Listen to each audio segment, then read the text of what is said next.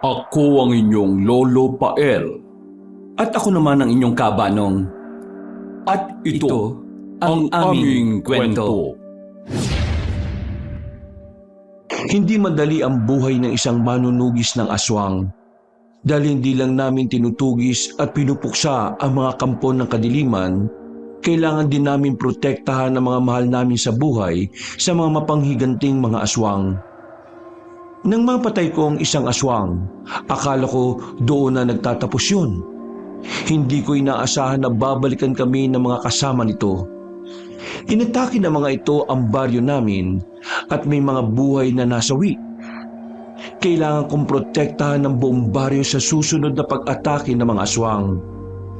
Habang nag-iisip ng solusyon kung papaano ko mapupuksa ang isang lipi ng mga aswang. Ako si Bea, kabanong, mga kabangers at mga kayanggaw. Ito ang aking kwento. Pero bago tayo magsimula, kung maaari sana'y pindutin niyo muna ang subscribe button kung bago pa lang kayo sa channel nating ito. Mag-iwan na rin kayo ng comment at pindutin na rin ang like button. Napakalaking tulong po sa ating channel ang gagawin niyo pong ito. Isang malaking suporta po yun sa ating channel na labis ko pong ipagpapasalamat. At ngayon, sa ating pagpapatuloy. Sigurado ka ba na talagang kaya nyo na yan, Bea? Kada alis mo talaga nag-aalala ako sa iyo. Baka hindi ka na makabalik. At ngayon gusto pang sumama nitong si Ding. Aba, bibigyan nyo pa yata ako ng sakit sa puso Huwag po kayo mag-alala, Tito Miguel. Hindi naman po kami makikipaglaban sa mga aswang kung sakali man may matagpuan kami.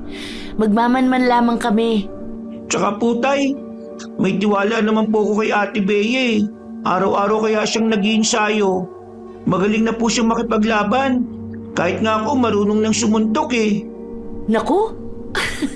Ikaw talaga. Sabi naman kasi huwag ka na munang sumama sa akin.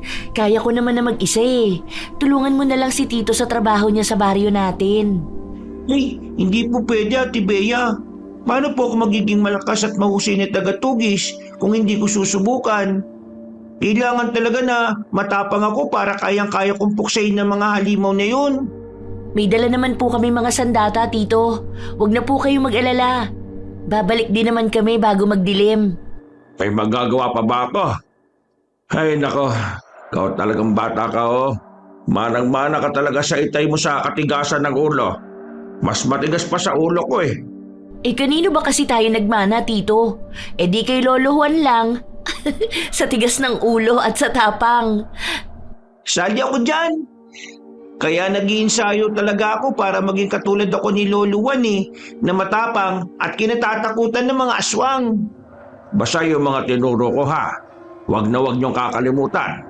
Dapat focus lang, huwag mataranta. Opo, ito po ang karne na dadalin ko. Pinahiran ko na po yan ng katas ng dinikdik na bawang at may asin na rin po yan. Siguradong malalaman ko kung aswang ba yun base sa reaksyon niya. Hoy siya, mag-ingat kayong dalawa. Basta bagong magdilim At ikaw Ding, huwag matigas ang ulo. Sumunod ka sa Ate Bea mo, okay? Opo, Tay. Pinagpalang araw po sa inyo. Ako po si Bea. Isang dalagang nag-aaral kung paano maging mahusay at matapang na manunugis. Nagmula ko sa isang angka ng mga tagatugis na mga halimaw. Ang lolo ko ay isang tanyag na manunugis noong kabataan niya. Pati na rin ang mga tito at tatay ko. Ulila na ako. Maaga akong iniwan ng mga magulang ko, kaya sa lolo at tito ko na ako lumaki. At habang lumalaki, ay tinuturuan nila ako kung paano makipaglaban sa mga halimaw ng kadiliman, ang mga aswang.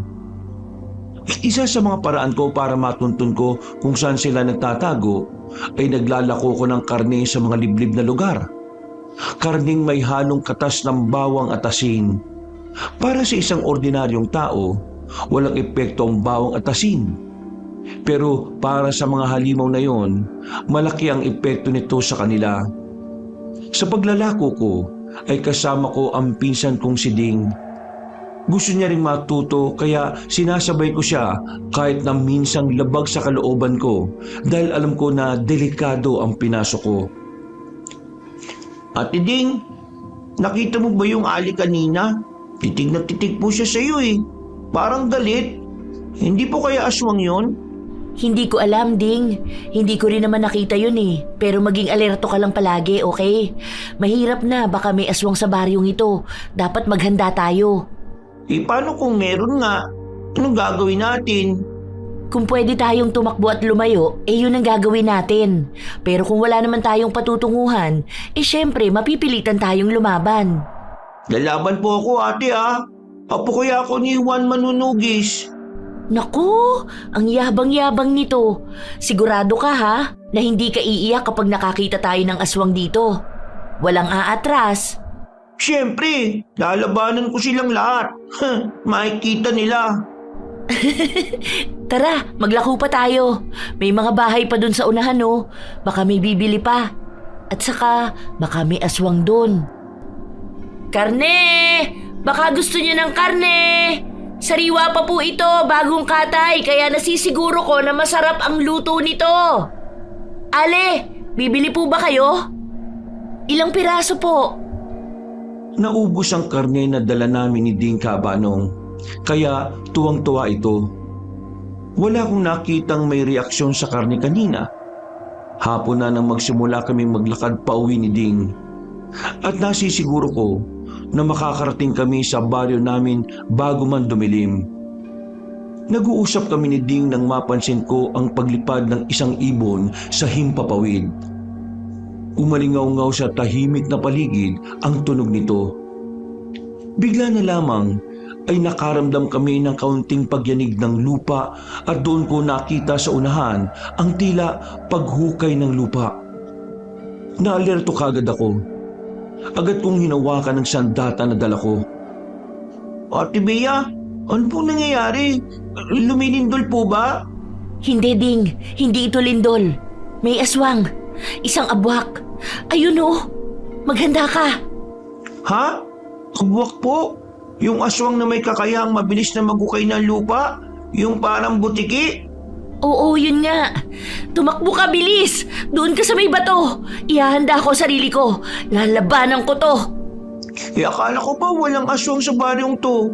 Bakit po may abwak? Taga dito sa baryo ba sila? Hindi ko rin alam. Mamaya ka na magtanong. Maghanap ka ng bato at doon ka pumatong. Kilos na kaagad. Opo ate. Huwag na huwag kang aalis sa bato, Ding. Mabilis kaming tumakbo ni Ding para maghanap ng mga bato habang inahanda ko ang aking sandata. Ang buntot pagi at ng isang itak. Hindi sila nawawala sa akin lalo na kapag naglalako ako ng karne sa mga liblib na lugar. Kilala kasi ang mga baryo ditong malapit sa amin na pugad ng mga aswang. Kaya kailangang lagi akong handa kung sakali mang may makaharap ako na isang halimaw. Gamitin mo ang asin na bigay ko sa'yo, Ding. Ikalat mo sa paligid natin, sa lupa, para hindi makalapit ng husto itong abwak na ito. Ginagawa ko na po ate. Oy aswang! Hindi ka makakalapit sa amin. Etong sayo. Kainin mo tong asin. Maghanda ka. Malapit na siya. Akala ko po sa kabilang may aswang. May araw pa naman oh. Bakit lumalabas na sila? Ibang abwak, Ding. Malalakas sila na uri ng aswang. Hindi sila natatakot sa araw. Kaya kayang-kaya nilang lumabas kahit na maliwanag pa. Ate, biglang nawala ang lindol. Nasaan na po yun? Umalis na? Hindi. Nasa paligid lang yan. Diyan ka lang sa bato, ha? Huwag kang aalis dyan. At gamitin mo ang punyal na ibinigay ng tatay mo kung may lalapit sa'yo. Huwag kang mag-aatubiling isaksak yun sa aswang. Bigla na lamang nawala ang lindol at hindi ko na makita ang paggalaw ng lupa. Pero ganun na lamang ang takot ko nang bigla na lamang may sumulpot galing sa ilalim ng lupa ang isang aswang. Malaki ito, may mahabang dila at parang higanteng bayawak na halimaw. Kagad kong iwinasiwa sa ere ang sandata ko at inihanda ang sarili sa labanan. Kahit pa sabihin na hindi pa talaga ako biyasa sa pakikipaglaban, ay hindi ako natakot sa mga aswang. Isa ito sa mga rason kaya naglalako ko ng karne at naghahanap ng aswang. para mainsayo ko ang sarili ko. Isang abwak! Lumapit ka at tatapusin kita! Alam ko hindi ka taga rito! Mga salot talaga kayo! Ate, mag-ingat ka. Ang pangit ng itsura niya. Nakakatakot. Huwag ka matakot, Ding! Nandito lang ako! Basta patuloy ka lang sa pagkakalat ng asin sa paligid. Mag-iingat ka rin sa itaas. Dahil kung may abwak, siguradong meron ding nagmamanman sa himpapawid. Mabilis ang kilos ng abwak. Tumakbo ito nung mabilis papalapit sa kinatatayuan ko. Kaya inihanda ko ang sarili. Mabilis ang paghampas ng mga kamay nito, pero bawat galaw nito ay naiilagan ko. At sa bawat atake niya ay sinusuklian ko ito ng paghampas ng buntot ng pagi ko. Bawat hagupit nito sa katawan ng abwak ay umaatungal ito sa sakit. Hindi ako tumigil sa paghagupit. Nasisiguro ko na mapapatay ko ang abwak. Pero nagimbal na lamang ako nang marinig ko ang sigaw ni Ding. Inatake siya ng awak. Ang malaking awak na nakita ko kanina. Tatakbo na sana ako sa kinaroroonan ni Ding nang bigla na lamang lumitaw ang isang nilalang. Malaki, matangkad at sa bawat pagakbang niya ay umuuga ang lupa. Isang kapre. Basta na lamang niyang sinunggaban ang awak at itinapon ito sa lupa. Malakas ang kapre kaya hindi na nakakawala ang awak sa mga kamay nito. Ate, tulong! May isang halimaw! Hindi halimaw yan. Isang elemento ng kalikasan yan, Ding. Isang kapre. Tinutulungan tayo ng kapre. Ate, ang abwak! Umilag ka! Nasa likod mo ang abwak! Hindi ka makakalusot, abwak! Eto sa'yo! Tanggapin mo ang hagupit ng buntot pagi ko! Apo ko ni Juan Manunugis! Hindi mo ako basta-basta matatalo! Kaya mo yan, ate! Akala siguro ng mga aswang na ito, mahihina tayo eh. Walang mahina sa pamilya ng mga manunugis. Eto pa! Hindi ka na makakatakas! Mamatay ka na, halimaw! Para matigil na ang paghasik nyo ng lagim dito sa mga baryo! Eto ang sayo! Sige pa, ate! Tapusin mo na yung aswang na yan! Kapag yan lumapit dito, sisikmurahan ko yan eh. Napatay ko ang abwak gamit ang buntot pagi at itak. Napuno ko ng sugat ang katawan nito. Samantalang ang awak naman na hawak ng kapre ay nakatakas. Lumipad ito kahit na nahihirapan dahil sugatan ang kabilang pakpak nito. Teka, sandali lang. Huwag ka munang umalis. Isa kang kapre, di ba? Oo, at hindi kayo dapat na naririto sa lugar na ito. Napakadelikado lalo na't ang babata niyo pa. Teka, anong bata? Hindi na kami bata. Mga manunugis kami ng aswang. Bakit? Ano bang meron sa lugar na ito? Ako nga pala si Bea at ito naman ang pinsan kong si Ding. Anong pangalan mo? Salamat sa pagtulong mo sa amin, ha? Matapang ka, tao. Manang-mana ka talaga sa lolo mo. Po? Ang lolo? Ate, kilala niya si lolo. Si Lolo Juan kaya yung tinutukoy nito? Kilala mo ang lolo Juan namin? Oo, isang tapat na kaibigan ko ang lolo nyo. Umalis na kayo rito habang may araw pa. At huwag na kayong babalik. Bugad ito ng mga aswang. At dahil napatay mo ang isa sa mga kasama nila, ay nasisiguro kong magiganti sila sa iyo. Ate, tingnan mo oh. May inilalabas na itim na batong aswang. Ano yan? Ha? Itim na ba to? Ang bertud ng aswang? Teka lang, kukunin ko. Patay na po ba ang aswang, ate? Nagsisimula na magliyab ang katawan niyo oh. Nasusunog na siya eh. Huwag mong kukunin yan dahil mas lalo kang mapapahamak. Pag-aari yan ng isang aswang. Hindi mo dapat kinukuha ang hindi sa'yo. Pero hindi ko to pwedeng iwanan dito sa daan. Baka makuha pa ng ibang tao o ng isang bata. Mas kawawa sila kapag napasa kamay nila ang bertud ng aswang na ito. Katulad ka rin talaga ni Juan na yun. Matigas ang ulo. Sabi mo kaibigan mo ang lolo? Bakit mo kami sinusundan? Oo nga, pero ang astig nyo din po, Opang. Ang bilis ng mga kamay nyo. Magsak tuloy sa lupa yung awak. Nangako ko sa lolo nyo bago yun namatay Nababantayan ko ang apo niya kapag wala na siya. Bilang tapat na kaibigan, iyon ang ginagawa ko bilang sukli sa kabaitan ni Juan. Umalis na kayo. Aalis kami pero kukunin namin itong itim na bato ng abwak at ibibigay ko sa tito ko. Hindi ko pwedeng iwan to dito. Kinuha ko ang itim na bato na iniluwan ng patay na abwak. Naging palaisipan pa rin sa akin ang kapre. Hindi ko alam na may kaibigan pala ang lolo namin na isang bantay na kagubatan. Iniligtas daw nito ang kapre noon. Mas lalo kong humanga sa yumao kong lolo. Napakabait, matapang at matulungin ito sa kapwa. Nang makarating kami sa bahay ay ganoon na lamang ang gulat ni Tito Miguel nang ipakita ko sa kanya ang itim na bato na nakuha ko. Nakuha mo itong itim na bato sa aswang na napatay mo, Bea? Opo, tito. Iniluhan niya po yan, kaya kinuha ko. Baka po kasi makita ng ibang tao at kunin nila. Baka mapahamak pa sila eh. Aba, ang galing naman ng Bea namin. Talaga, napatay mo yung abwak? Hindi basta-basta natatalo mga ganong uri ng aswang. Bakit po, Tay? Malalakas sila na aswang. Hindi sila ordinaryong mga aswang. May kakayahan silang magpalit ng anyo ng hayop. Talagang mabibilis sa mga kilos nila. Ang astig nga po ni Ate Bea kanini. Ang bilis ng mga galaw niya, Tay. At alam mo ba, may kakampi kanina. Isang kapre.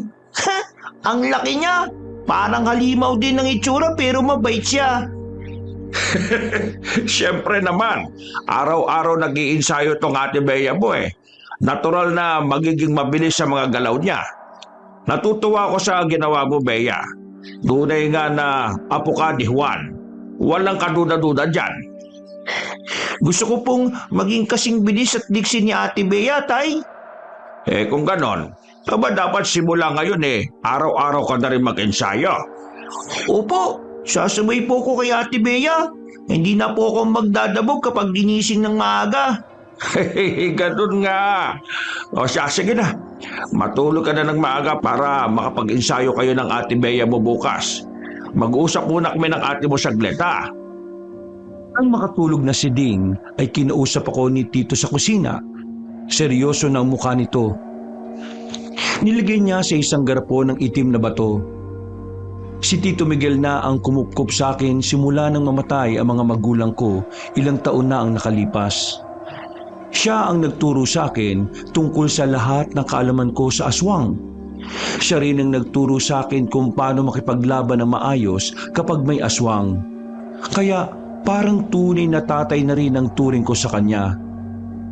Bakit po, Tito Miguel? May problema po ba? Bakit po napakaseryoso ng mukha niyo? Itong itim na bato ng abwak, Bea. Sigurado ko na hahanapin nila ito. Kapag kasi namatay ang isang aswang, kinukuha ng mga kasama nito ang itim na bato. Ngayon, kapag kinuha mo ito sa kanila, parang ninakaw mo ang isang importanteng bagay sa kanila. Hahanap-hanapin nila ito. Maghiganti sila, Bea. Po? Dapat po ba hindi ko nalang kinuha yan? Hindi rin pwedeng pabayaan mo ito doon. Dahil kapag napunta ito sa maling mga kamay, mas delikado. Magagamit kasi sa kasamaan ng itim na bato. May itim na kapangyarihan kasi ito. May kakayahan na maghasik ng lagim. Ano na po ang gagawin natin ngayon dyan, Tito? Itatapon po ba natin? Baka naman aatakihin tayo dito dahil dyan. Yun ang iniisip ko. Galit sila at magiganti. Lalo pat napatay mo ang kasama nila. Kaya kailangan natin maganda. Bukas na bukas din ay aabisuhan ko mga tanod na pag-igtingin ng pagbabantay sa baryo natin. Naaalala ko kasi noon, Tito. Si Lolo Juan maraming mga koleksyon ng ganitong klaseng bato. Galing po yun sa mga napatay niyang aswang. Oo, Bea. Itong itim na bato, pwedeng magamit ng mga manunugis para matunto ng mga pugad ng mga aswang. At yun ang ginagawa ng lolo mo noon. Kaya nga, napaisip kagad ako na manang-mana ka talaga kay Juan. Mukhang ikaw talaga ang susunod sa yapak niya. Naku, Tito. Walang-wala pa po ako sa kalingkingan ng lolo. Pero, Tito, Kanina kasi may kapre. Ang sabi niya, kaibigan daw siya ng lolo. Yun nga ang sabi ni Ding sa akin kanina. Tinulungan daw kayo ng isang kapre. Opo, yun po ang unang beses na nakakita ko ng kapre. Akala ko nga kalaban din eh. Buti na lang at mabait siya. Sabi niya may utang na loob daw siya sa lolo, kaya pinoprotektahan niya ang mga apo nito. Si tatay talaga Hanggang sa kamatayan ang kapakanan pa rin talaga ng iba ang nasa isip niya. Kung ganun po, pwede po tayong makahingi ng tulong sa kapring yun? Depende rin. Pero mag-iingat ka pa rin sa mga elemento ng kalikasan. Hindi naman sila masasama o mababait. Pero nagagalit din sila kapag nagkakasala tayo sa kalikasan. Opo, Tito. Natuwa lang kasi ako eh. Muntik na kasi si Ding kanina. Mabuti na lang at dumating si Obang. Tito, ano na po ang gagawin natin dito sa bato? Pawasakin natin yan. Paano po ito mawawasak? Hindi ko pa alam. Pero magtatanong ako sa mga kakilala kong albularyo. Sa ngayon maganda ka. Siguradong sasalakay ang mga aswang sa atin. Naganda kami sa pagsalakay ng mga aswang, Kabanong. Pati ang mga kabaryo namin ay inabisuhan ni Tito para makapaganda na rin sila. Hindi ko pa alam, pero natatakot ako para sa kaligtasan ng mga kasama namin sa baryo. Kasi kung ako lang yon, kaya ko naman ang sarili ko. Pero itong mga kabaryo namin, hindi naman sila sanay na makipaglaban sa mga aswang. Naging payapa sa mga sumunod na araw. Hindi ko na rin naman nakita pang muli si Obang. Nagtataka ako kung saan ang bahay nito. Sa mga nagdaang araw ay nag-insayo kami ni Ding. Hindi muna kami naglako ng karne sa ibang mga baryo para makapaganda kami sa pagsalakay ng mga abwak. Hindi nga nagkamali si Tito sa sinabi nito. Isang gabi, habang tahimik at payapa ang buong baryo, bigla na lamang kaming nakarinig ng tunog ng isang malaking uwak. Sinyalis na may awak at abwak sa paligid. Kagad na pinaganda ni Tito ang lahat. At hindi nagtagal ay naramdaman namin ang paglindol. Nandiyan na ang mga abwak. Maganda kayo. Huwag niyo kalilimutan ang asin at bawang ha. Yan ang unang panlaban natin sa kanila, Bea. Sige na, ipasok mo si Ding sa loob, Bea. Ding, tara, sa loob ka muna. Huwag kang lalabas ha, hanggat hindi sinasabi ng Tito na pwede nang lumabas, okay? Pero ate, gusto ko pong tumulong. May sandata naman po ako, tsaka nakapag-practice na tayo. Huwag na matigas ang ulo, Ding. Sundin mo na lang ang sinabi ko sa'yo. Mas delikado to. Dahil hindi natin alam kung ilang aswang ang sumalakay. Pero ate, Ayoko mapahamak ka. Muntikan ka na nung nakaraang araw. Saka, mababangis talaga tong mga abwak kaya magtago ka muna dito sa loob. May panahon para sa pag-iinsayo at hindi ito ang panahon na yun. Nagkakaintindihan ba tayo, Ding? opo ate, naiintindihan ko po. Pero kung sa tingin ko, kailangan nyo ng tulong, lalabas ako at makikipaglaban sa mga aswang. Gamitin mo ang sandata na yan para iligtas ang sarili mo, okay? Dito ka lang. Lalabas ako at huwag kang matigas ang ulo. Maliwanag? Ay, opo. Kakainis naman. Ikaw talaga. Dito ka lang ha.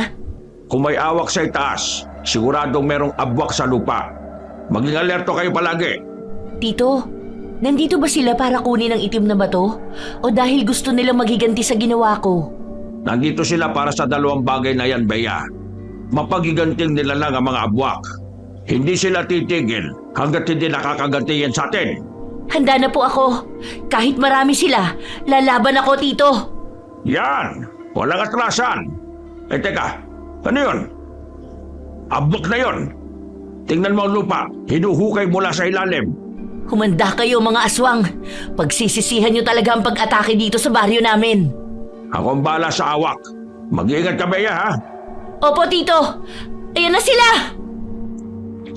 3 abwak ang umatake sa amin at 1 awak. Ang ibang mga kabaryo namin ay matapang na hinarap ang mga abwak. May sarili din silang mga sandata laban sa mga aswang. Habang ako ay nakikipaglaban sa isang malaking abwak. Pero habang iniiwasan ko ang mga atake niya, biglang sumulpot sa harap ko ang isa pang abwak. Mas malaki, nakakakilabot tingnan. Mahaba ang dila nito gaya ng sa butiki at ang mga kuko nito ay napakatulis. Nagsalita ito. Magbabayad ka sa ginawa mo sa kapatid ko. Binatay mo siya at ninakaw ang isang mahalagang bagay para sa amin. Hindi ko pwedeng palampasin yon. Hindi mangyayari yun kung hindi niya ako inatake. Pinoprotektahan ko lang ang sarili ko. Kung hinayaan niya lang sana kami, edi sana buhay pa siya ngayon. Wala akong pakialam, tao. Uubusin ko kayong lahat dito. Mga walang kwentang tao. Subukan mo kung kaya mo. May mga manunugis. Hindi mo kami kaya. Walang hiya ka. Pinatay mo ang kapatid ko. At hanggang ngayon ay hindi pa nakakabangon ang asawa niya. Nahihirapan pa itong tumayo.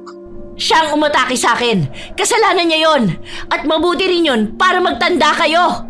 Papatayin kita. Itong sayo, halimaw!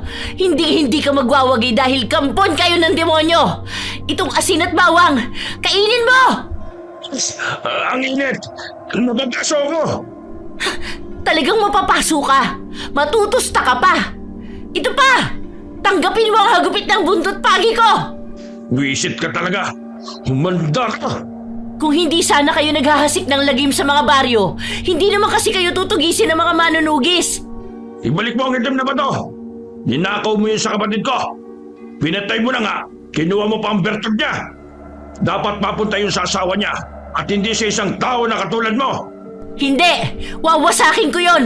Ang dapat sa inyo ay nililipol! Ito pa! Tanggapin mo to! Mabilis sa mga kilos ko, Kabanong. Iwnasiwas ko ang buntot pagi sa ere habang hawak naman ng isang kamay ko ang isang matulis na punyal na gawa sa purong pilak. Kapag nasusugatan ng aswang gamit ng mga sandatang ito, ay nangihina sila at hindi basta-basta naghihilom ang mga sugat nila. Ilang beses ko ring tinamaan ng asawa ni Gardo bago ito tumakas kasama ang iba pang mga aswang. Sugatan sila at nanghihina, pero alam kong babalik pa sila. Pero ang akala ko matagumpay ang pagdepensa namin laban sa mga aswang. Hindi pala. Malungkot kong tiningnan ang katawan ng isang kabaryo namin, si Mang Roger. Walang sugat ang katawan nito at ang sugat sa leeg nito ang dahilan ng pagkamatay nito. Nagluluksa ang buong baryo sa pagkamatay ni Mang Roger. Kagad din namang itong inilibing. Doon ko naisip na, Bea, ayos ka lang ba? Napapansin ko parang lagi kang tulala. May gusto ka bang sabihin sa akin? Yung nangyari kasi kay Mang Roger, Tito. Sinisisi mo ba ang sarili mo sa pagkamatay ni Roger? Ha, Bea? Opo, naisip ko kasi kung hindi ko lang sana napatay ang aswang na yon at hindi ko kinuha ang itim na bato, siguro hindi sila magagalit at lulusob dito sa atin. Alam mo, may mga bagay talaga na kahit na anong gawin natin, mangyayari at mangyayari talaga. Ang pag-atake ng kabuk na yon ay hindi mo kasalanan. Gaya ka ng sabi mo, pinoprotektahan mo lang ang sarili mo, pati na rin si Ding. Kaya huwag mong iisipin na kasalanan mo. Dahil kung hindi mo namang ginawa yon, siguradong mapapahamak na kayo sa kamay ng mga abwak na yon. Kasi ang liliit pa ng mga anak ni Mang Roger. Kawawa naman sila. Maagang iniwan ng tatay nila. Ganun talaga ang buhay, Bea. Basta, huwag mo nang iisipin na kasalanan mo yon. Ang mas mabuti pa, maganda ka. Tito, kung isauli na lang kaya natin ang itim na bato, titigil kaya sila? Baka bumalik sila rito at may madamay na naman. Ayoko po mangyari yun. Hindi sila titigil, Bea. Kahit na anong gagawin natin, magiganti sila. At wala tayong magagawa kundi ang labanan sila. Huwag kang mag-alala. Kaya natin sila. At saka may nakausap ako. Isang albularya na kayang wasakin ang itim na bato. Talaga po? Ano pong sabi niya? May kakayahan siyang wasakin ng anumang bagay na may masamang espiritu, gaya ng itim na bato. Kaya tutulungan na tayo. Tagasan po siya? Taga rito rin ba? Hindi siya taga rito sa atin, sa kabilang baryo. Kaya sa susunod na araw dadalhin natin ang itim na bato sa kanya. Kapag nawasak na yan, wala nang makakukuha ang mga aswang sa atin. At kapag lulusob pa rin sila, pwedeng labanan natin sila hanggat sa makakaya natin. Sige po, dadali natin ang itim na bato sa albularyong sinasabi nyo, Tito. Baka tumigil sila kapag wala na ang batong yon. Pero kahit na ano pa ang sinabi ni Tito Cabanong, hindi ko pa rin maiwasang sisihin ang sarili ko. Ako ang dahilan ng pagkamatay ni Mang Roger. At kung babalik pa ang mga abwak dito sa baryo namin, malamang may mamamatay na naman. Hindi ko kaya mangyari pa ulit yun. Pero may gustong humadlang sa plano ko. Habang naglalakad ako palis sa baryo namin, humarang si Obang. At saan ka pupunta? Alam kong may binabala ka. Nagpakita ka ulit sa akin. San ba ang tirahan mo? Bakit bigla ka nalang sumusulpot? Baka nakakalimutan mo, isa akong bantay ng kalikasan. Susulpot ako kahit saan at kung kailan ko gusto. Sasamahan mo ba ako? Saan? Sa pugad ng mga abwak na yon. Ako lang naman ang gusto nila eh. Ayoko may madamay pa na ibang tao dahil sa kagagawan ko. Sinisisi mo ba ang sarili mo sa pagkawala ng mortal na yon? Magpapakamatay ang gagawin mong yan. Kapag nagpunta ka sa lugar nila, hindi pa rin yon sapat para tumigil sila. Alam mo, kung ganon, nasaksihan mo ang nangyari. Bakit hindi ka man lang tumulong? Tinulungan mo sana kami, Obang. Nagpapatawa ka ba? Hindi ko ugaling makialam sa mga tao. Kahit pa may mamamatay, hindi ako makikialam. Eh bakit mo kami iniligtas ng araw na yun? Akala ko ba wala kang pakialam? Gaya nga ng sabi ko, kaibigan ko ang lolo mo. At tapat ako sa kanya. Minsan niya akong iniligtas at yun pa rin ang gagawin ko sa mga mahal niya sa buhay. Gusto kong pumunta sa mga abwak para matapos na to. Nagsisisi ako kung bakit ko pinatulan ng mga abwak nung araw na yun eh. Hindi ko inisip ang pwedeng mangyari sa gagawin ko. Dapat pala nag-isip ako. Pupunta ka sa pugad ng mga abok na yon? Parang inalay mo na ang sarili mo. Walang silbi yan. Hindi mo sila mapapatahimik. Ang mas mabuti pa, sumama ka sa akin. May papakita ko sa iyo. Sumama ako kay Obang. Hindi ko alam Cabanong kung saan niya ako dadalhin pero may tiwala naman ako sa kanya. Naglakad kami ng ilang minuto bago makarating sa isang malaking puno ng akasya. Yung pala ang tirahan niya. Malapit lang pala sa amin ang kanyang punong tinitirhan. Anong gagawin natin dito sa punong akasya, Obang? Huwag mo sabihing dadalin mo ako sa kaharian mo. Hindi. May papakita ko sa iyo. Ano naman yan? Eto, magmasdan mo itong ibibigay ko sa iyo, Bea. Bubukas ang malaking katawan ng punong akasya at lumitaw mula sa loob nito ang isang bagay. Kumikinang na parang diamante. Nakalutang ito sa ere habang papalapit sa akin. Para siyang maliit na araw. Napakaliwanag pero hindi masakit sa mga mata ko ang kinang niya. Hala, ano yan? Ang ganda naman yan. Bulalakaw ba yan? Hindi ko alam na pwede palang hawakan ng isang bulalakaw. Hindi yan isang bulalakaw. Yan ang mutya ng punong akasya. Isang mutya na may kakayahang protektahan ang sinumang makakaangkin nito. Grabe, ang ganda naman ng kinang. Sa'yo ba yan, Obang? Hindi akin yan.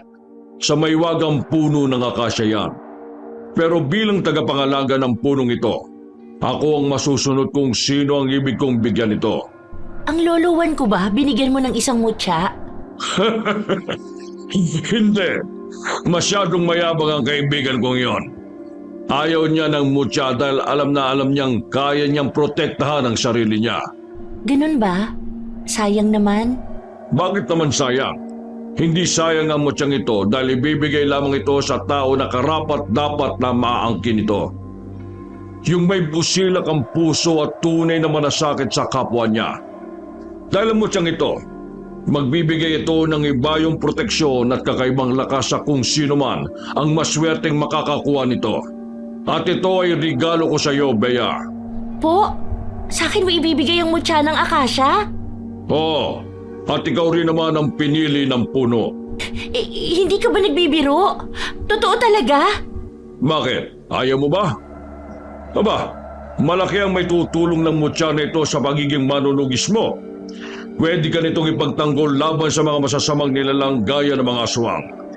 At pagbibigay din ito ng kakaibang lakas sa katawan mo. Ayaw mo ba? Hindi ko naman sinabi na ayoko. Nagulat lang ako kasi sino ba naman ako para bigyan ng mutya? Isang ordinaryong tagatugis lang ako. Isang tagatugis na hindi pa naman ganun kahusay.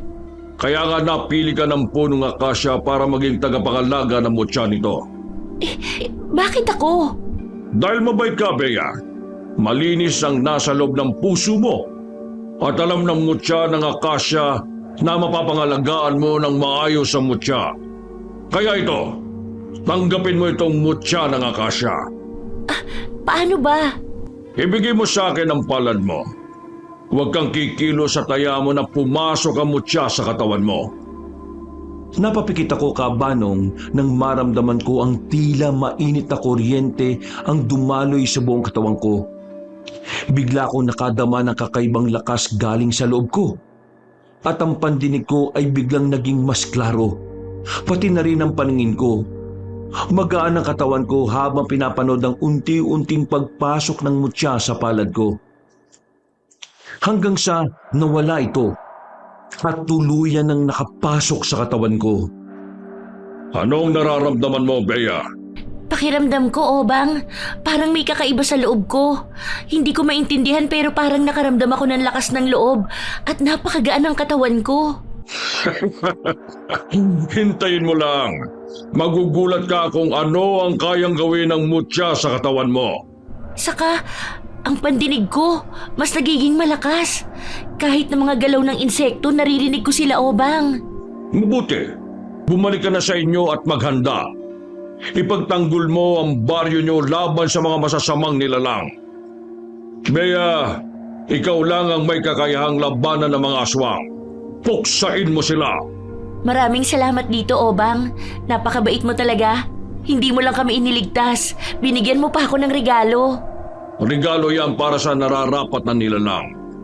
Yung mga nilalang na siguradong gagamitin ng mutya na yan para sa kabutihan at yung hindi sakim at gahaman. Kung hindi mo siguro ako pinigilan, malamang nilalapa na ako ng mga abwak ngayon. Hindi. Dahil may misyon ka, Bea.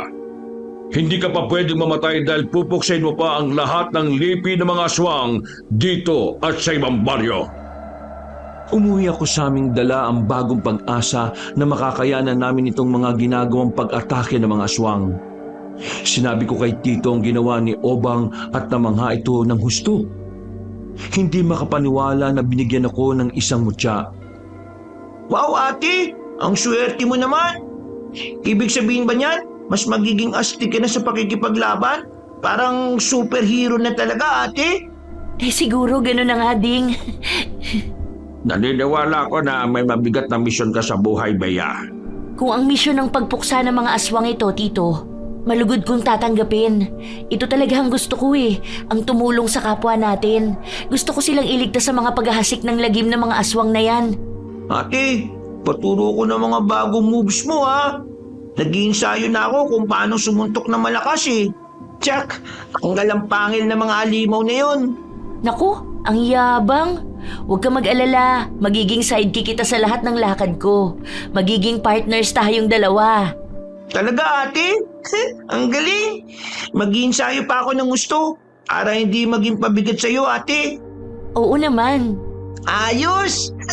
Matatalo na natin ang mga pangit na yon, lalo na yung gardong aswang na yon.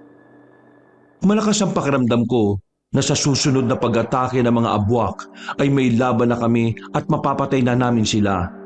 Pero ang hindi namin inaasahan ay may ibang binabalak pala sila. Ang akala naming ordinaryong pag-atake lang, may kasamang plano pala na hindi namin nakalain na gagawin nila. Abwak! May abwak! Tito, nandiyan na naman sila! Hindi talaga nila tayo titigilan! Hindi sila titigil, Bea. Hanggat hindi nila nababawi ang bato at hindi ka nila mapapatay. Magsihanda lahat. Huwag niyong hahayaan na may malagas na naman sa ating kabaryo. Pwes, humanda sila! Hindi ko sila aatrasan! Ako rin! Ngayon may sapat na sandata na ako. Hindi na ako magdadalawang isip na lumaban. Apo kaya ako ni Juan Manunusik. Nasa ugat ko na ang dugo ng isang mabagsik na tagalipol ng aswang. Humanda ka, Ding. Alerto. Opo, ate. Ayan na sila. Papalapit na. Naririnig ko ang mga kilos nila at naaamoy ko ang masangsang na baho nila. Mga halimaw. Mga tao na walang kwenta! Akala niyo siguro kaya niyong lipulin ang lahi namin! Diyan kayo nagkakamali! Ang dami mong sinasabi. Ikaw lang yata mag-isa eh. Nasaan ang mga kasama mo? Nagtatago na dahil nadawag? Malalaman mo bakit? Takot kayo na may mamamatay na naman sa mga kasama niyo? Kawawang tao! Nagmamakaawa pa ng buhayin ko siya. Walang mabubuhay sa inyo. Lahat kayo uubusin ko. Napakasama mo talaga! May pamilya yung tao! Ngayon, taramdaman mo na. Kagaya rin ng kapatid ko. Kaming dalawa ni Tito Miguel ang nasa pinakaunahan ng linya. Sa likod namin ang ibang mga tanod. Si Ding naman ay nasa likod ko lamang at sinasabi ko sa kanya na wag siyang lalayo sa akin. Dapat nakadikit lang siya para mabantayan ko siya. Iwinasiwas ko sa ere ang buntot pagi na dala ko.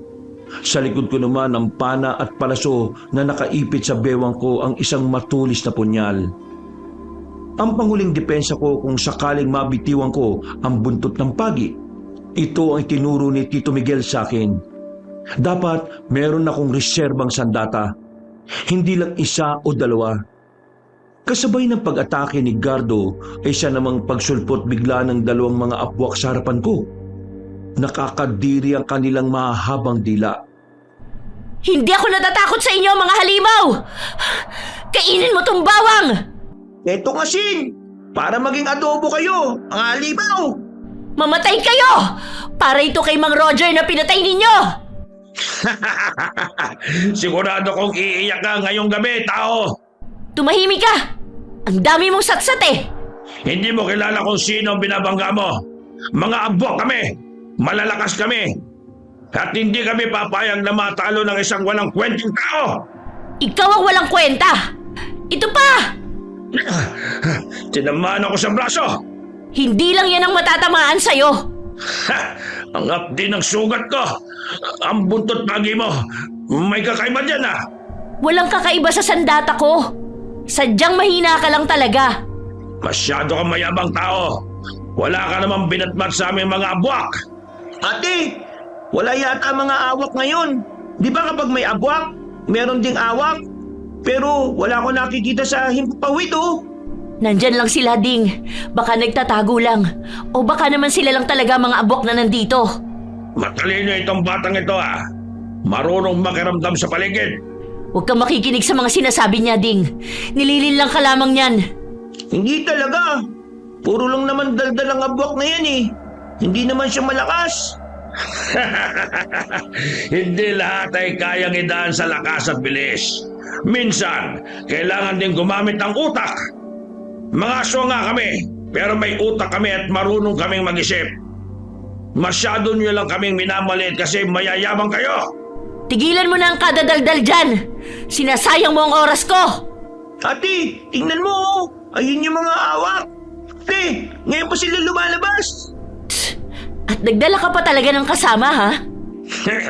Makikita mo, makakaganti din ako sa inyo. Ang ginawa mo sa kapatid ko ay walang kasing sama. Ate, mapalapit na sila dito. Hindi ko inakala na kaya palang magplano ng mga atake ng mga abwak na katulad ni Gardo. Ang buong akala ko kasi ay ang mga pag-atake nila ay dala ng pagiganti at bugso ng emosyon. Lumipad patungo sa direksyon namin ng mga awak. Nang lingunin ko si Tito Miguel, nakikipagpambuno din ito sa mga abwak at pati na rin ng mga tanod. Ang hindi ko inaasahan ay ang biglang pagdukot nila kay Ding mula sa ere. Dalawang awak. Sabay na kinuha si Ding habang si Gardo ay inaatake ako. Bawat hampas niya ay napakalakas. Mukhang plano talaga nila. Nang marinig ko ang sigaw ni Ding, susundan ko sana ito pero hinarangan ako ni Gardo at nakangisi siya. Tabi! Huwag kang haharang sa daraanan ko! At saan ka naman pupunta? Dahil pinatay mo ang mahal kong kapatid. Ang pinsan mo ang magbabayad sa buhay na nawala sa amin. Huwag mong idamay ang pinsan ko! Bata lang siya! Wala akong pake kung bata o matanda. Ang importante, makaganti ako. Tabi sabi! Napakasama mo talaga! Mga halimaw!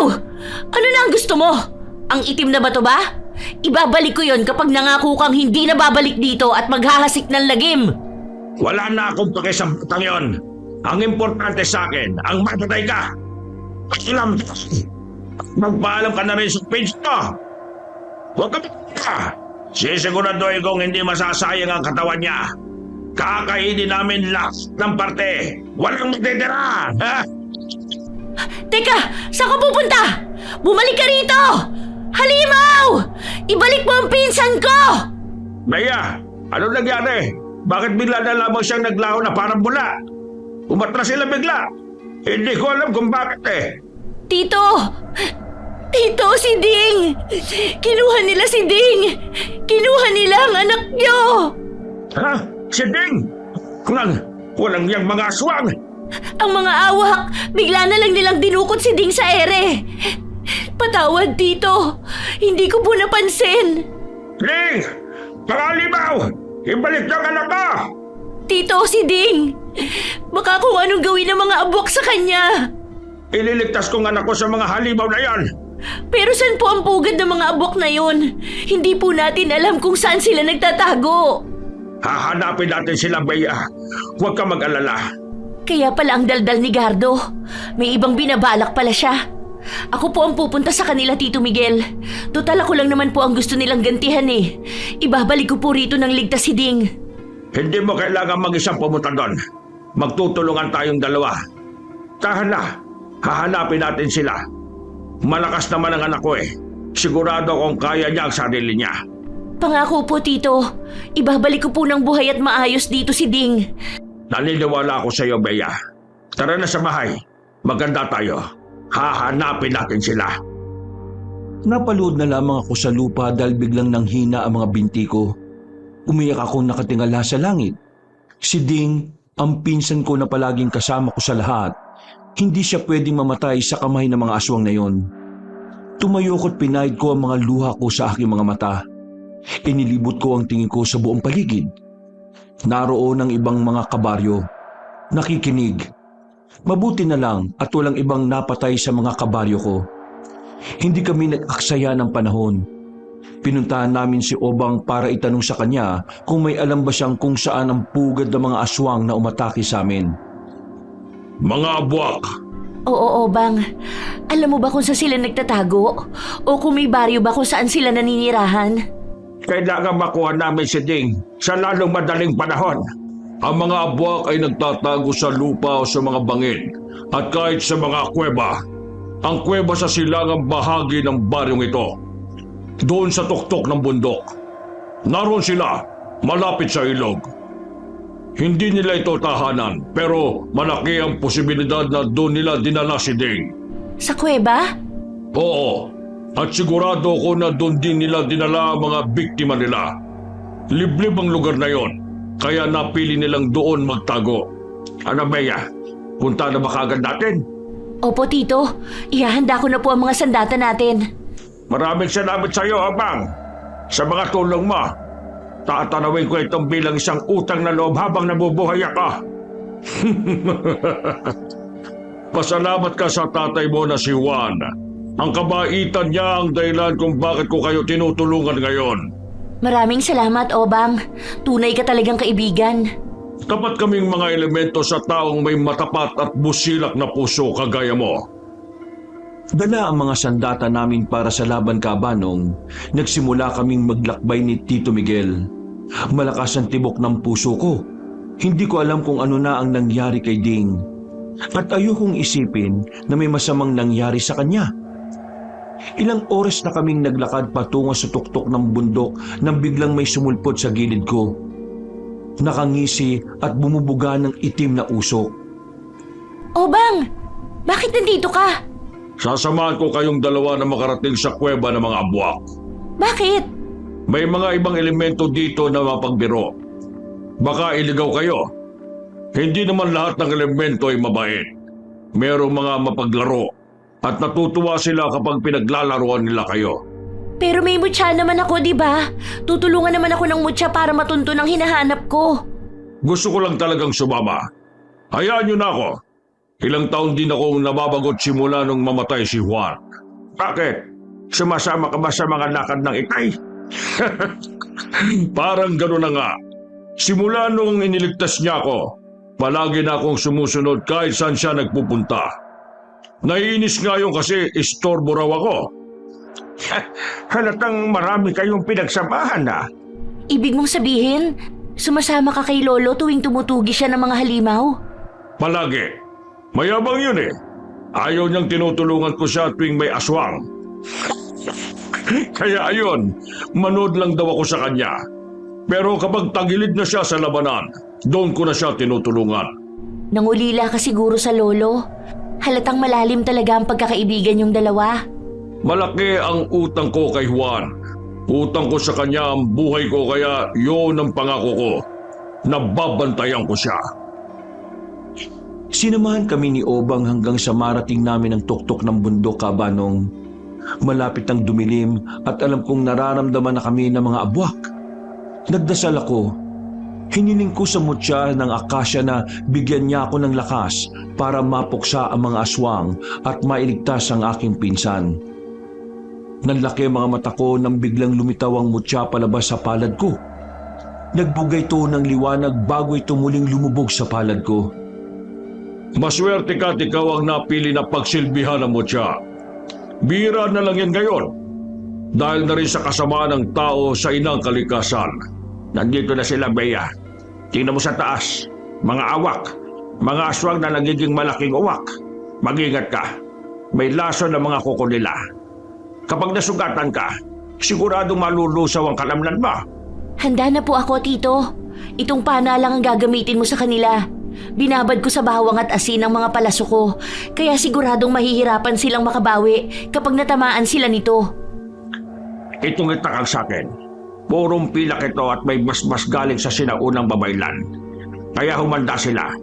Ako ang bahala sa mga abwak at ikaw ang bahala sa mga lumilipad na aswang, Bea. At ako naman ay manunod lang sa inyong dalawa. Dito lang ako sa gilid. Tutulong lang ako kapag tagilid na kayo. 1, 2, 3. 3 mga awak. Saktong-sakto. Itong sa inyo mga awak. Sapak pa kayo tatamaan para hindi na kayo makalipad pa. Magpasok ako sa kuweba.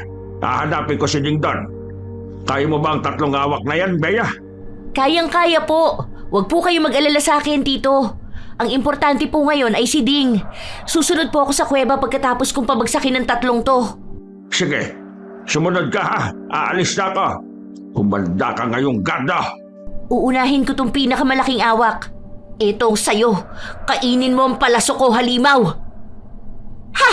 Bagsak ka ngayon! Ikaw naman ang isusunod ko. Ito pa! Palaso! Isa na lang ang natitira sa kanila. Sige, lumipad ka pa ng mas mataas para mas makita kita mula rito. Mamatay ka na! Halimaw! Sunod-sunod na bumagsak ang 3 awak sa lupa. Nagpapasalamat ako sa mutya dahil naging mas malinaw ang paningin ko kahit na dumilim na. Mabilis ko silang naasinta. Nang tingnan ko ang 3, patay na ang mga ito. Hindi lang pala sa pakpak ang natamaan, pati pala ang puso nila. Ngayon ko lang napansin na mas nagiging magaling ako sa paggamit ng pana. Agad kong sinundan si Tito Miguel sa loob ng kuweba. Sabik akong makita si Ding. Gusto ko makasiguro na buhay pa ito. Pero bago pa man ako makapasok ay may pumulupot na sa binti ko at malakas akong inihagis sa ere.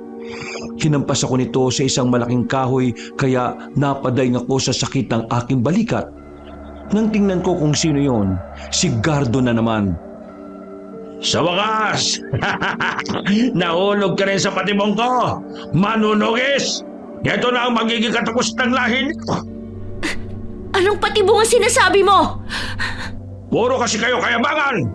Akala nyo kung sino kayong malalakas! Wala naman kayong silbi kung walang mga sandata ninyo! Ikaw! Buwisit kang halimaw ka! Nasaan ang pinsan ko? Anong ginawa mo sa kanya? Huwag kayo mag-alala, hindi ko na masasaktan ng pinsan mo! Sa katunayan, magkasama na sila ng ama niya ngayon! Ha? Si Tito Miguel? Anong ginawa mo sa kanila? Napakasama mo! Lahat kayo ay masama! Anong sa tingin mo ang ginawa mo sa kapatid ko? Sa tingin mo, hindi kasamaan yon? Pinatay mo siya? Aray! Nabali yata ang balikat ko! Kulang pa yan sa'yo! At bilang gantimpala, ipapakita ko sa'yo kung paano ko gagawing isang aswang ang mga mahal mo sa buhay! Ano? Gagawing aswang? Huwag kang magkakamaling gawin yan! Idadamay mo pa kami sa pagiging kampon mo sa kadiliman! Kahit kailan, hindi kami magiging kampon ng demonyo! At may magagawa ka ba? Hindi lang naman sila ang gagawin kong aswang, pati na rin ikaw! Kaya wala ka ng silbi bilang manunugis dahil magiging kauri ka na namin!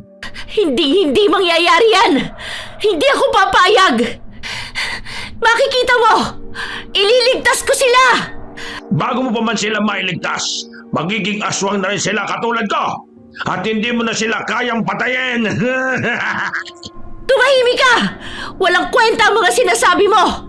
Kahit na anong gawin mo, hindi ka magtatagumpay! Tingnan lang natin! Saan mo sila dinala? Sumagot ka! Nasa kuweba lang naman sila. Ang kaso nga lang, nahulog sa patalim ko ang bobo mong tito. Walang iya ka! Magbabayad ka! Eto ang sayo! Ha?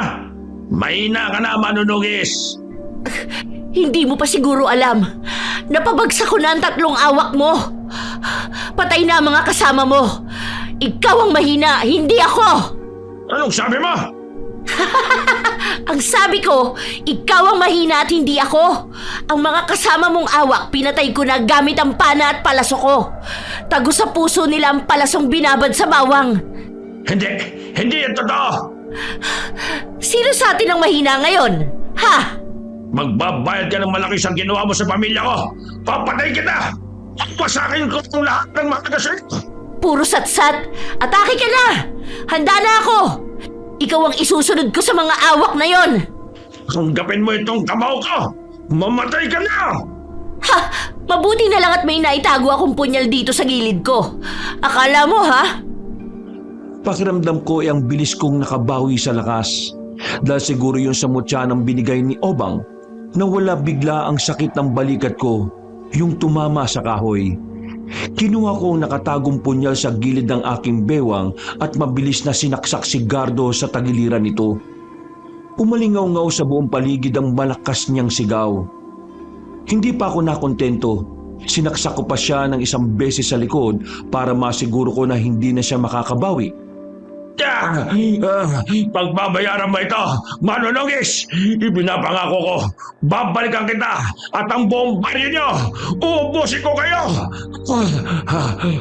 Hindi mo na magagawa yan dahil ito na ang huling araw na mabubuhay ka. Hindi mo ako basta na lamang mapapatay. Isa akong abwak. Hindi ako mahinang uri ng aswang. At isa akong manunugis ng aswang. Tao lang ako at walang sapat na lakas gaya nyo. Pero may mga tao akong pinoprotektahan. Sapat na yon para matalo kita, halimaw. Hindi! Babalik ako! Saan ka pupunta? Tatakas ka? Duwag ka pala eh. Makikita mo, tatawagin ko ang lahat ng lipi ng aswang. Babalikan kita! Sa pagtakas mo, mamamatay ka na, Gardo. Hindi ka na makakabalik pa. Masama ang tama mo. May lason pa itong punyal ko, kaya imposible yan. Babalik ako! Balik ako! Kahit nangihina, ay tumakbo pa rin paalis si Gardo. Susundan ko sana siya, pero naisip ko sina Tito Miguel at Ding. Mas kailangan nila ako ngayon. Sinulyapan ko ng 1 beses si Gardo. Hindi ko na ito makita. Tumakbo na ako patungo sa tuktok ng bundok at pumasok sa kuweba. Napakadilim, malamig at tahimik. Wala akong marinig na kahit na anong tunog o boses. Binalot ako ng matinding takot. Paano kung wala pala sila dito? Paano kung napahamak na pala sila? Ano na ang mangyayari sa akin? Sabi ni Gardo, isang patibong raw. Ibig sabihin, nilinlang lang pala nila kami. Tito Miguel? Nandito po ba kayo? Ding! Magsalita kayo! Si Bea ito! Wala akong makita, napakadilim! Magsalita kayo para malaman ko kung nandito ba kayo! Nandito kayo? Teka, sandali lang, ang dilim eh! Alam mo, pwede mong gamitin ang mutya para magliwanag ang paligid. Ay, butik inaswang! Ubang naman eh! O bakit? Bigla ka nalang nagsasalita, hindi man lang nag-abiso na nasa tabi pala kita. Akala ko kung ano na eh. Ang lakas pa ng boses mo. Sinundan kita rito nang makita kitang pumasok sa kuweba. Gamitin mo na ang mutya. Hilingin mo na magbigay ng liwanag. Ha? Kaya niyang gawin yun? Oo, ang mga mutya ay likas na maliwanag. Nagniningning sila. Sige na! Sige, mutya ng akasya. Tulungan mo ko. Bigyan mo ng liwanag ang lugar na ito. Kita mo? Tama ako, hindi ba? Hala, ang galing! Totoo nga! Ayun na ang tito at pinsan mo. Mukhang biniyag sila dito ng mga aswang. Tito! Ding! Salamat naman at ligtas kayong dalawa! Ako na magtatanggal ng mga busal nila. Ate Bea, mabuti dumating ka. Akala ko kakainin na nila ako eh. Ding! Ay, Diyos ko! Mabuti na lang at ligtas ka! Halika rito! Yakapin mo si ate! Kulagyang aswang na yon, naisan ako kanina. Hindi ko na malayan, isang patibong pala itong kuweba. Bakit po, Tito? Nang marinig ko ang boses ni Ding, kagad akong pumasok. Pero bigla na lamang may humarang sa likod ko eh. Nawalan ako ng malay. Nang magising ako, nakagapos na ako. Ate, yung aswang na abwak, nasaan na po yun? Huwag ka mag-alala, Ding. Hindi na babalik yun. Wala na yun. Patay na sila. Yung mga awak na lumilipad kanina. Bagsak na silang lahat, Tito. Ligtas na tayong lahat. O tara, umuwi na tayo. Tapos na ang laban. Akala ko talaga kakainin nila ako, ate. Babaw nila. Amoy lupa pa. Parang kanal. Nakakadiri. Ganyan ang amoy ng mga abwak. Nasa ilalim ng lupa kasi sila naglalagi. Mas may kapangyarihan sila kapag nasa ilalim. Mabuti na lang at nandito si Obang. Sama ka na palagi sa amin ni Ding, ha? Maglalako kami ng karne sa mga baryo. Naglalako ng karne o naghahanap ng aswang? Pwede ang dalawa. Hanap buhay at hanap aswang ang ginagawa ng babaeng yan eh. Bilib nga ako dyan. Isang diskarte eh, dalawang resulta. Ang tapang. Mga apo kami ni Juan Manunugis eh. Matatapang talaga kami. We, totoo? Eh bakit ka umiyak? Eh kasi yung dilim. Wala akong makita. Mas takot ka pa pala sa dilim kaysa sa aswang, ha? Masaya kaming umuwi, Kabanong. Masaya rin ang mga kasama namin sa baryo nang nalaman nilang napatay ang mga aswang na umatake sa amin. Naging payapa na ulit ang aming baryo. Wala na mga alulong ng aso. Wala na rin ang mga kakaibang tunog tuwing gabi. Si Gardo, hindi ko alam kung buhay pa yon o namatay talaga siya sa mga saksak ko sa kanya. Pero sana patay na talaga at wag na siyang bumalik. Nagpatuloy ako sa paglalako ng mga karne sa mga liblib na baryo dito malapit sa lugar namin. Isa akong manunugis ng aswang kaya sinusuyod ko talaga ang bawat baryo dito malapit para lang malaman kung may mga aswang ba. Kumusta ang negosyo? Nako, mukhang nawiwili na kayong dalawa sa paglalako ng karne ha? Masaya kaya, tay. Bukod sa may nakikilala ka mga bagong kaibigan sa mga baryo, hindi nakakabugot ang paglalako. Sa susunod, tay, sumama ka sa amin ni Ate Bea. Ang saya kaya.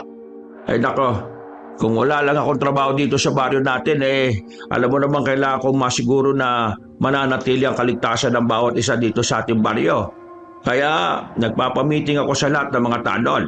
Pero sinasabi ko sa'yo, kailangan mo pa rin mag-aral ngayong pasukan, okay? Sinasama lang kita ngayon dahil bakasyon naman. Ate, parang ayoko na pong mag-aaral. Gusto ko na maging tagatugis ng aswang. Hoy, hindi pwede yan. Kahit na gusto mo maging manunugis, mag-aral ka pa rin. Importante yon para marunong ka magbasa, magsulat at magbilang. Alam mo, Ding, tama ang Ate Bea mo eh. Ang pagiging marunugis nandyan lang yan. Kahit na anong oras pwede kang magtugis sa mga aswang.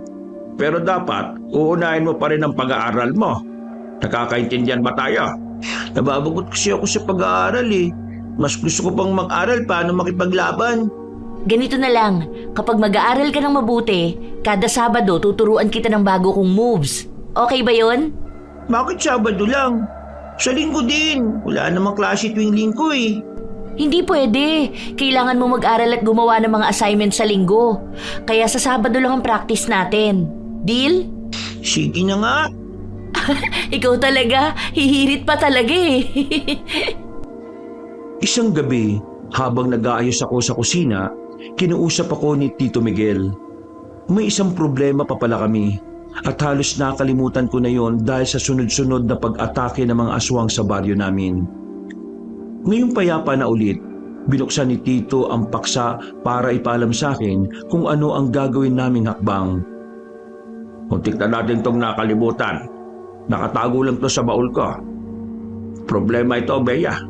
Hala, nakalimutan ko rin yan, Tito. Nawala talaga siya sa isip ko. Itong itim na bato, kailangan nating wasakin to. Dahil kung mapupunta ito sa maling kamay hindi natin alam kung ano magiging epekto nito. May masamang espiritu ang batong ito, Bea.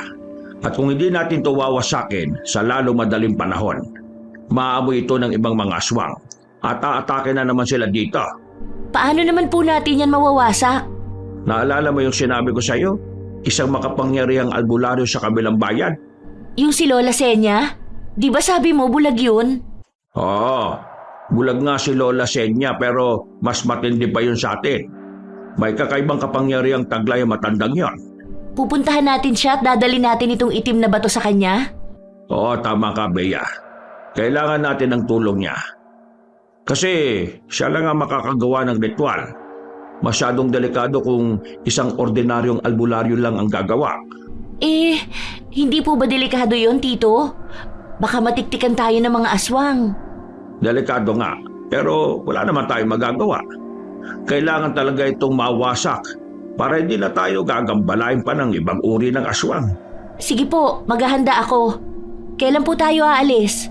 Bukas na bukas kagad. Ayokong nandito sa atin itong pag-aari ng isang aswang. Sige po, Tito. Bukas na umaga aalis tayo. Isasama na lang natin si Ding. Wala kasi maiiwan sa kanya eh. Saka para makilala niya si Lola Senya. Mas mabuti yan. Hindi naman kalayuan ng bayan kung saan nakatira si Lola Senya. Maraming tao sa bayan nila. Hindi katulad sa amin na medyo liblib na at walang tao masyado. Maingay na matanda si Lola. Palabiro at hindi mo akalaing may taglay pala itong kakaibang kapangyarihan. Magiliw niya kaming tinanggap sa bahay niya at pinakain kagad kami. Maliksi ang kilos nito kahit na bulag ito. Kilala pala nito si Lolo dahil sikat nga raw ang lolo namin noong kabataan nito at maraming babaeng nahuhumaling dahil sa tikas sa tindig nito. Aba, mga apo pala kayo ni Juan. Kaya naman pala. Halata si Chur maganda at gwapo. O sige, kumain kayo at huwag mahiya ha. Maraming salamat po, Lola Senya. Nako, mabait na bata. Lola Senya, hindi po ako magpapaligoy-ligoy.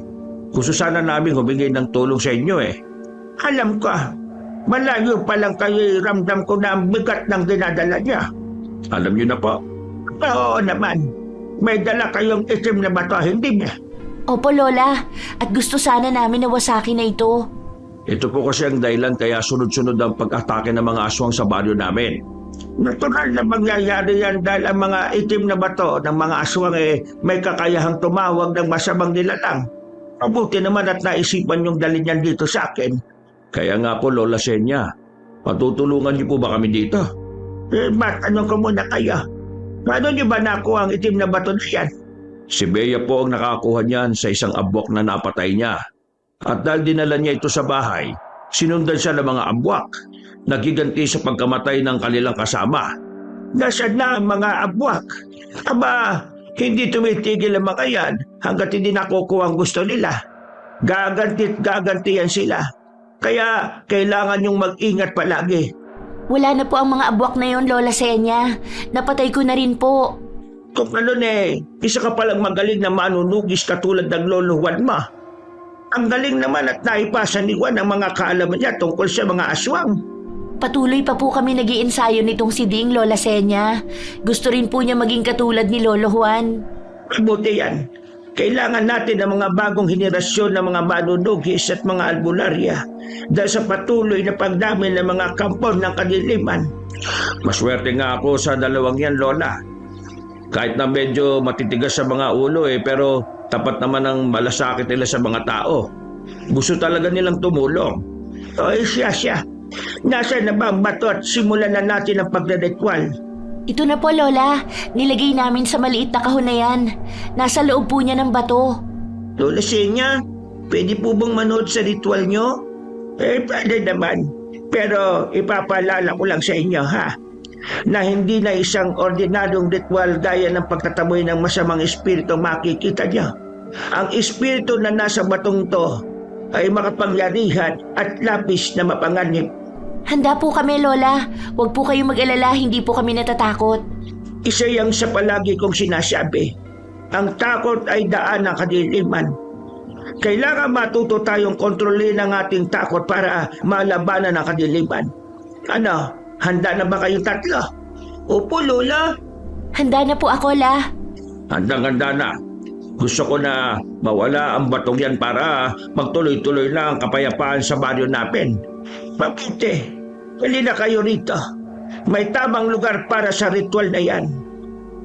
Maliit lang ang bahay ni Lola, gawa sa yerong bubong at kawayan. Pero nabigla ko nang makita ko siyang binuksan ng isang lagusan patungo sa isang silid sa ilalim mismo ng bahay niya. Parang ibabang palapag. Malawak sa loob at naroon ang lahat ng kasangkapan niya bilang isang albularya. Namangha ako dahil nakatago ang lugar na ito. Hindi basta-basta natutunto ng mga kalaban. Dito sa silid na ito, ginagawa ko mga ritual na hindi pangkaraniwan. Kailangan kasi maitago sa buong mundo ang ganitong klaseng ritual dahil nagdudulot ito ng pag-anib. Akin ang bato, Bea. Ito na po, Lola Senya. Ilalagay ko po sa lamesa. Ding, kunin mo ang itim na tela na nasa aparador. Sige po, Lola. Dito po ba? Oo. At ikaw naman, Miguel. Kunin mo ang mga pangunahing sangkap. Ang abo, langis, punyal, at isang garapon na walang laman. Makikita mo sila sa ikalawang palapag na aparador na yan. Nandito na po, Lola. Nandyan na lahat. Sige. Pero bago ko simulan, magdasal muna tayo para may basbas tayo sa gagawin nating ritual. Nagsimulang magdasal si Lola Senya. Hindi ko maintindihan ang lingwahe ng kanyang binubulong pero naramdaman ko ang bigat ng hangin sa loob ng silid. Pumikit ako at nagdasal na rin. Sinimulan na ni Lola. Nilagyan niya ng asin ang garapon at doon niya inilagay sa ibabaw ng asin ang itim na bato. Nakita kong umusok. Kagad naman niya itong nilagyan ng langis para mas lalong magbuga ng usok. Span niyo ang garapon gamit ang itim na tela. Bilis! Sige po. Sa liwanag ng apoy, sa lakas ng lupa, putulin mo ang tali na kadiliman. Lagyan mo ng abobeya. Dali! Gumalaw po ang bato, Lola. Huwag mong hahawakan. Nagising ang masamang espiritu na natutulog dyan. Asin sa lupa, hadlang ng dilim. Ibalik sa kadiliman. Selyuhan ang nilalang na ito. Doon ko naramdaman ang pagyanig ng lupa. Ramdam na ramdam ito dahil nasa ilalim kami. At kahit na nakasarado ang lahat, humagupit sa amin ang mainit na hangin. Bumukas na ang lagusan! Huwag kayo matakot kundi hihigupin kayo ng lagusan. Kung sa akin ang kadiliman, ikulong ang nilalang. Ito ang nararapat sa'yo!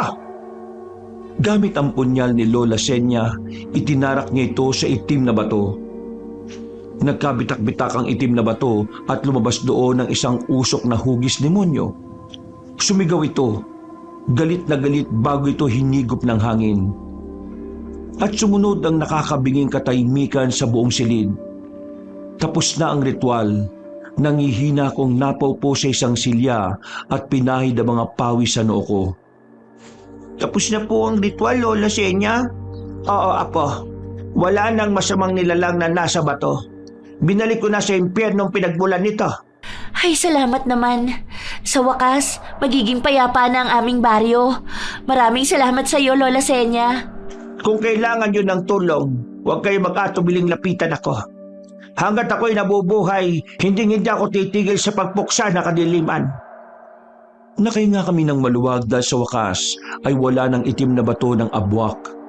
Makakatulog na rin kami ng mahimbing tuwing gabi at babalik na sa dati ang aming buhay. Dumating ang pasukan at gaya ng napag-usapan namin ni Ding ay tuturuan ko siya tuwing Sabado lamang at kung malaki ang grades niya sa klase. Bumalik na rin ako sa paglalako ng karne at wala pa ako nakakasalamuhan na aswang sa ibang baryo.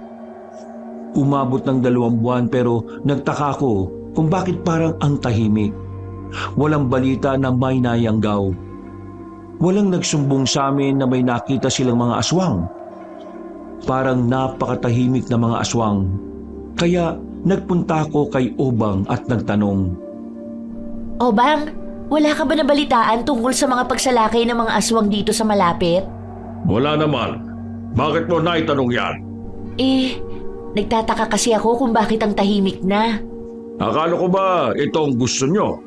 Tahimik na buhay at walang aswang na nanghahasik ng lagim. Bakit ngayon mukhang nagre-reklamo ka yata? Hindi naman sa nagre-reklamo ako. Nagtataka lang. Kasi kahit natahimik noon, may naririnig kasi ako mga balita tungkol sa mga aswang. Tapos ngayon wala na? Oo, parang bigla na lamang sila naglaho na parang bula. Alam mo yun? Tapos hindi kasi ako mapakali, Obang. Pakiramdam ko may panganib na mangyayari. Hindi ko lang alam kung kailan o kung totoo ba to. Baka natakot na sa inyong magtito dahil ang bagsik nyo. Tapos, ikaw, may mutya ka pa ng akasya. Natural na lalayo ang mga kampo na kadiliman sa inyo. Kasi... Huwag ka na magreklamo. Ito naman ang sungit-sungit. Nagtatanong lang yung tao Umuwi ka na. Patutulog na ulit ako. Basta ha, kapag may nasagap kang balita at kung ano-ano pa, sabihan mo ko ha. Aba, ginawa pa akong tagahatid ng balita. Baka nakakalimutan mo, Bea, na mas matanda at mas makapangyarihan ako sa'yo. Mas matanda pa nga ako sa lolo mo. Kahit kailan hindi ko makakalimutan yan. Pero kaibigan mo naman ako, di ba? Iba talaga ang kutob ko, Kabanong. Hindi ako mapakali at pakiramdam ko may nagbabadyang panganib sa kabila ng kapayapaan. Gabi-gabi hindi ako nakakatulog na maayos dahil iniisip ko na may mga matang nakamasid sa bawat galaw ko. Pero pagtingin ko sa labas, wala namang ibang tao o nilalang. Hanggang sa isang gabi, dumating ang kinatatakutan ko. Nagkatotoong lahat ng hinala ko. Ang kakaibang pakiramdam. Nagising na lamang kami ni Tito at Ding sa sigaw ng mga kabaryo namin sa labas. Kaagad na lumabas kami ng bahay at doon ako nagimbal sa nasaksihan. Nilulusob kami ng mga aswang. Pero mas lalo kong nagimbal nang napagtanto kong hindi lang iisang uri ng aswang ang lumusob sa amin, kundi 3. May abwak, awak at balbal. Hindi ko maintindihan kung paano nangyari yun. Bakit nagkakaisa sila? Bakit sila nagsanib puwersa? Bea, ano pang iniintay mo? Kunin mo na mga sandata mo. Nilulusob tayo ng mga lintik na mga aswang na ito. Tito, nagsanib puwersa sila. Posible po pala yun. Hindi ko alam na pwede pala silang magkaisa. Pwede yan kung iisa ang layunin nila. At alam mo kung ano yan? Iyon na yung patayin tayo. Oo, dahil mga manunugis tayo at tinik tayo sa mga lalamunan nila. Kapag naubos sa mga manunugis, maghahari na sila dito. Bilis na, mamaya ka na magtanong. Kailangan tayo ng mga taga-baryo ngayon. Opo, kukunin ko na po ang sandata ko. Ding, sumama ka sa akin. Dito tayo. Mabilis kong kinuha ang aking mga sandata, buntot ng pagi, punyal, palaso at pana, pati na rin ang mga asin at bawang. Nagmadali akong lumabas at kaagad kong nilatigo ang unang aswang na nakita ko. Isang balbal. Nahati ang katawan nito nang tamaan ng buntot ng pagi. Doon ko nakita si Gardo. Balapad ang ngiti. Ikaw? Buhay ka pa pala? Ha! Nasurpresa ba kita? Ano akala mo sa akin? Mahinang nilalang para mamatay sa isang simpleng saksak? Masyado mo ako minamalita, manunugis. Pwes, dahil nagbalik ka, sisiguraduhin ko nang tatapusin na talaga kita. Nagulat ka no? Na may ibang uri ng aswang ang naririto ngayon? Duwag ka kasi. Kailangan mo pa ng kakampi para lumusob dito. Inimbitahan ko lang naman sila. Iisa lang ang layunin namin at yun ay puksain ang mga manunugis para wala nang hadlang sa mga gusto namin gawin dito. Ito na ang simula ng paghahari ng mga aswang dito. At paano mo nakumbinsi ang mga aswang na yan? Wala ka talagang silbi. Simple lang. Gusto mong malaman kung paano ko sila nakumbinsi? Ha? Sinabi ko lang naman na ikaw ang apo ni Juan Manunugis. Ang mga kasama ko ngayon, lahat sila ay biktima ng walang kwenta mong lolo. Pinatay ng lolo mo ang mga kasama nila, kaya nandito sila para bumawi sa pamilya niyo. Kami lang naman ang pakay nyo, di ba? Huwag niyong idamay ang ibang mga taga-baryo. Wala silang kasalanan sa inyo. Huwag niyo silang sasaktan. Hindi. Madadamay sila dahil mahal mo ang mga taong yan. Sila ang uunahin namin para masaksihan niyo kung paano ko uubusin ang mga tao. Wala kang kasing sama. Kasama sila na mamamatay dahil mahalaga sila sa iyo. Yan ang parusa namin sa iyo. Bukod pa dyan, tayin ka rin namin. Hindi mo ako kaya. Bata ka pa. Hindi ka pa ganun kalakas. Marami kami dito. Wala ka nang kawala ngayon. Ito sa'yo. Ang sakit. Hindi mo alam, may laso ng laway at kuko namin mga abwak. Wala akong pake. Mas malalason ka dito sa bawang ko. Ito ang sayo. Ang misit ka talaga. Tapusin na kita ngayon. Ha! Subukan mo. Nag-isip ako ng paraan para mapakain ko sa malaking bibig ni Gardo ang mga bawang na nasa bulsa ko. Kapag nakain niya ito, mawawala siya sa sarili at doon ko na siya papatayin. Ginawa ko ang pinakadelikadong paraan, pero desperado na ako na mapatay siya. Masyado na siyang maraming perwisyo sa amin at kailangan na itong matapos ngayon din.